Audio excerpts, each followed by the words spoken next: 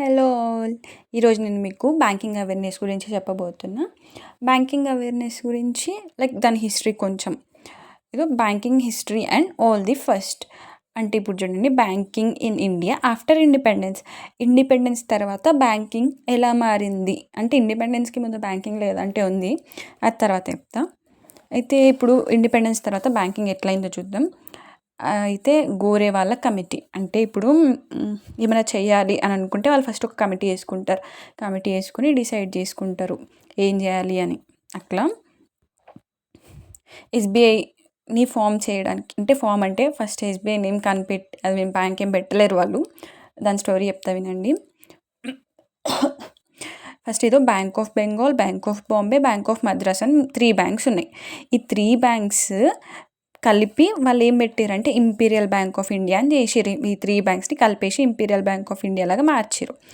అయితే ఎప్పుడు మార్చిరు? ఇది 1921లో మార్చిరు ఇంపీరియల్ బ్యాంక్ ఆఫ్ ఇండియా లాగా.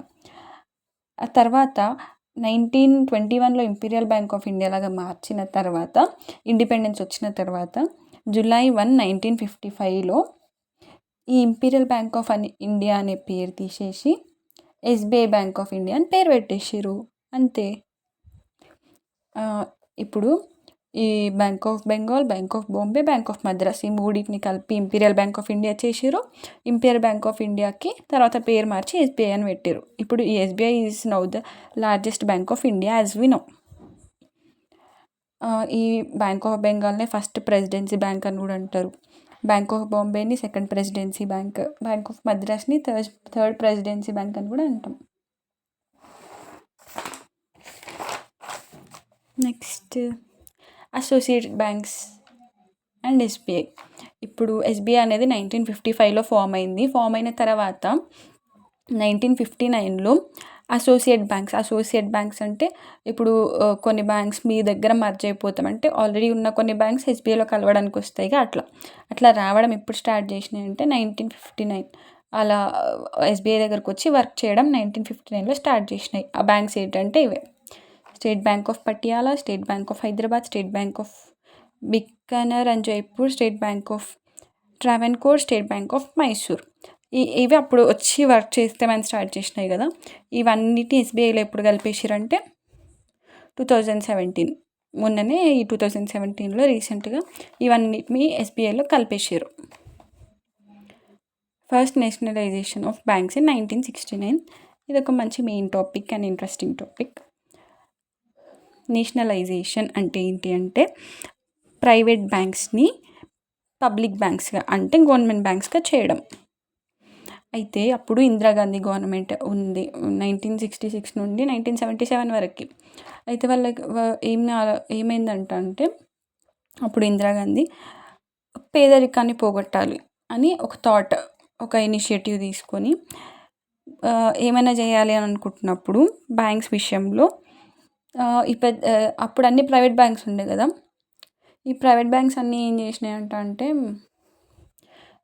లోన్స్ అన్నీ పెద్ద పెద్ద ఇండస్ట్రీస్కి ఇవ్వడం, ఎక్కువ ఇంట్రెస్ట్ చూపించినాయి. అంటే చిన్న ఇండస్ట్రీస్కి, అగ్రికల్చర్కి ఇవ్వలేవంట లోన్స్. అట్లా చేసి ఏమవుతుందంటే ఎకనామీ బ్యాలెన్స్ పోతుంది. ఇప్పుడు అన్ని పెద్దవాళ్ళకి ఇచ్చి చిన్న వాళ్ళకి ఏమి ఇవ్వకపోతే ఇట్లా బ్యాలెన్స్ ఎట్లుంటుంది, ఉండదు కదా. కాబట్టి ఇందిరాగాంధీ ఏం చేసిందంటే ఆల్ ఆఫ్ సడన్ నేను ఈ పెద్ద పెద్ద బ్యాంక్స్ అయితే ఏవైతే ఉన్నాయో అప్పుడు 14, ఎన్ని బ్యాంక్స్ అంటే 14, ఈ 14 పెద్ద పెద్ద బ్యాంక్స్ని తీసుకొని ప్రైవేట్ బ్యాంక్స్ని నేను వాటిని నేషనలైజేషన్ చేస్తున్నా, అంటే నేను వాటిని ప్రైవేట్ బ్యాంక్స్ని పబ్లిక్ లాగా చేసేస్తున్నా, గవర్నమెంట్కి కలిపేసుకుంటున్నా అని చెప్పింది. అప్పట్లో ఇది పెద్ద డెసిషన్ అనమాట. అంటే ఇప్పుడు ఏదైనా ప్రైవేట్ బ్యాంక్లో 50+ షేర్స్ గవర్నమెంట్ కొంటే అది నేషనలైజ్డ్ బ్యాంక్ అని అంటాం. అంటే అది ఒక గవర్నమెంట్ బ్యాంక్ కిందకి లెక్కేసుకుంటాం అంతే. అంటే ఇప్పుడు అర్థమైంది కదా నేషనలైజేషన్ అంటే. 14 చేసారు బ్యాంక్స్. ఆ 14 బ్యాంక్స్ ఏవో చూద్దాము. Allahabad bank, bank of Baroda, bank of India, bank of Maharashtra, central bank of India, Canara bank, Dena bank, Indian bank, Indian overseas bank, Punjab national bank, syndicate bank, UCO bank, union bank of India, united bank of India. వీటిని ఎట్లా గుర్తుపెట్టుకోవాలో చూడండి. ABCDIPSU అంటే ఏతోటి ఎన్ని బ్యాంకులు ఉన్నాయి? ఒక్క bank, Allahabad of India. B తోటి ఎన్ని ఉన్నాయి? 2 బ్యాంక్స్. బి తోటి 2 బ్యాంక్స్ ఉన్నాయి, 3 బ్యాంక్స్ ఉన్నాయి. Bank of Baroda, bank of India, bank of Maharashtra. C తోటి 2 ఉన్నాయి, డి తోటి 1, అట్లా ఏబిసిడి ఐపిఎస్ యు. ఇవి నెంబర్స్ ఎట్లా గుర్తుపెట్టుకుంటారు అంటే 13 స్టార్టింగ్, 13 ఎండింగ్. 13 ఉంది స్టార్టింగ్లో, ఎండింగ్లో, మధ్యలో 21 ఈజీ.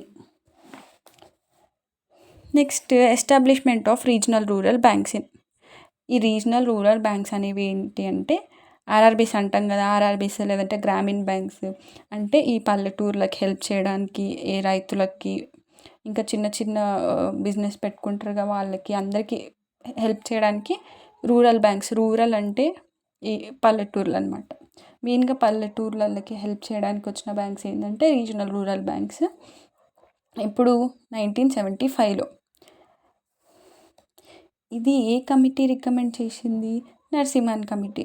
ఇంతకుముందుకు ఎస్బీఐని ఏ కమిటీ రికమెండ్ చేసింది? గోరేవాలా కమిటీ.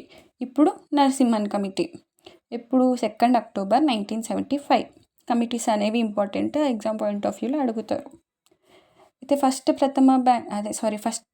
ఆర్ఆర్బీ ఎక్కడ అంటే ప్రథమ గ్రామీణ బ్యాంక్. ఎక్కడ? ఉత్తరప్రదేశ్, ముర్దాబాద్లో ఉంది. And second nationalisation of banks in 1980. First nationalisation banks ఎప్పుడు జరిగింది? 1969. అది ఎవరు నేషనలైజ్ చేశారు? ఇందిరాగాంధీ. అండ్ సెకండ్ నేషనలైజేషన్ కూడా చేసింది ఇందిరాగాంధీనే. చెప్పినాగా 1966 నుంచి 77 వరకు ఇందిరాగాంధీ రూల్ చేసింది ప్రైమ్ మినిస్టర్గా. దాని తర్వాత మళ్ళీ 1980లో ఆమెనే ఎలక్ట్ అయింది. ఆమె ఫస్ట్ టైం పిఎంగా ఉన్నప్పుడు 1969లో చేసింది ఫస్ట్ నేషనలైజేషన్. 1980లో మళ్ళీ ఎలక్ట్ అయినప్పుడు మళ్ళీ సెకండ్ నేషనలైజేషన్ చేసింది. అప్పుడు 14 బ్యాంక్స్ని కలిపింది, ఇప్పుడు మళ్ళీ 6 బ్యాంక్స్ని కలిపింది. 6 బ్యాంక్స్ ఏంటంటే Andhra bank, cooperation bank, new bank of India, oriental bank of commerce, Punjab and Sindh bank, Vijaya bank. ఇలా బ్యాంక్స్ని నేషనలైజ్ చేయడం వల్ల లోన్స్ అనేవి ఈ లో రేంజ్ వాళ్ళకి, లైక్ ఫార్మర్స్కి కానీ, జనరల్ మన లాంటి పీపుల్కి కానీ బాగా దొరుకుతాయి. లేకపోతే ప్రైవేట్ వాళ్ళు ఉంటే వాళ్ళు ఇన్కమే చూసుకుంటారు, వాళ్ళు ప్రాఫిటే చూసుకుంటారు, కాబట్టి వాళ్ళు ఎప్పుడు పెద్ద పెద్ద ఇండస్ట్రీస్కి ఇస్తారు. మన లాంటి వాళ్ళకి లోన్స్ దొరకవు. మనం ఇట్లా బయట వడ్డీలకు తీసుకుంటే మళ్ళీ అది ఎక్కువ రేట్ ఆఫ్ ఇంట్రెస్ట్ ఉంటుంది. సో మొత్తం పెద్ద ప్రాబ్లం అయిపోతుండే. సో ఇందిరాగాంధీ మంచి పని చేసింది అప్పుడు. ఎస్టాబ్లిష్మెంట్ ఆఫ్ నాబార్డ్ ఎప్పుడు ఎస్టాబ్లిష్ చేశారు? 1982 జూలై 12. ఈ నాబార్డ్ అంటే ఏంటి? నాబార్డ్ అంటే national bank for agriculture and rural development. ఇది కూడా రూరల్ డెవలప్మెంటే. ఇది కూడా విలేజెస్కి హెల్ప్ చేయడానికి. ఇది ఏ కమిటీ? ఇది రికమెండ్ చేసింది బి శివరామన్ కమిటీ. ఎస్బీఐ ఏమో గోరేవాలా కమిటీ. ఇంతకుముందుకు ఆర్ఆర్బీ ఏమో నరసింహన్ కమిటీ. ఇదేమో బి శివరామన్ కమిటీ. నాబార్డ్ ఏం చేస్తుందంటే NABARD controls cooperative bank and RRB. Cooperative banks future వీడియోలో చెప్తాం. ఈ ఆర్ఆర్బీని, కోఆపరేటివ్ బ్యాంక్స్ని కంట్రోల్ చేసేది నాబార్డ్. వీటిని చూసుకుంటుంది ఇది మొత్తం నాబార్డ్. దీని క్యాపిటల్ అంటే స్టార్టింగ్ 100 crores పెట్టి స్టార్ట్ చేసింది అనమాట ఈ నాబార్డ్. ఈ నాబార్డ్ని ఎవరు చేసిరు? ఆర్బీఐ. ఎందుకు చేసిందంటే ఆర్బీఐ అంటే మొత్తం ఆర్బీఐ చూసుకోవాలంటే దానికి వర్క్ లోడ్ ఎక్కువైతుంది, కాబట్టి ఈ రూరల్ సైడ్ చూసుకోవడానికి నాబార్డ్ని పెట్టింది. అయితే ఇప్పుడు ఇన్స్ట్రక్షన్స్ ఎట్లా వస్తాయి అంటే government to RBI to NABARD to RRB. ఈ ఆర్ఆర్బీని ఎవరు కంట్రోల్ చేస్తారు అంటే నాబార్డ్ కంట్రోల్ చేస్తుంది. అయితే ఈ నాబార్డ్ని ఎవరు కంట్రోల్ చేసేవాళ్ళు? లైక్ ఏం ఇన్స్ట్రక్షన్స్ ఉన్నా ఆర్బీఐ చేసేది. RBI government. అయితే ఆర్బీఐ ఏమనుకున్నది, ఇప్పుడు మళ్ళీ నాబార్డ్ని నేనే చూసుకోవాలంటే, నేను నాబార్డ్ని పెట్టింది ఎందుకు? నాకు వర్క్ లోడ్ తక్కువ కావడానికి. మళ్ళీ ఇప్పుడు నేనే చూసుకోవాలంటే కష్టమవుతుంది కాబట్టి అని 1987లో నాబార్డ్ని మొత్తం 99% మొత్తం చూసుకునేది మొత్తం దేనికి ఇచ్చేసింది? సెంట్రల్ గవర్నమెంట్కి ఇచ్చేసింది. సో ఈ నాబార్డ్ అనేది మినిస్ట్రీ ఆఫ్ ఫైనాన్స్ కిందకి వస్తుంది. అంతే. Thank you.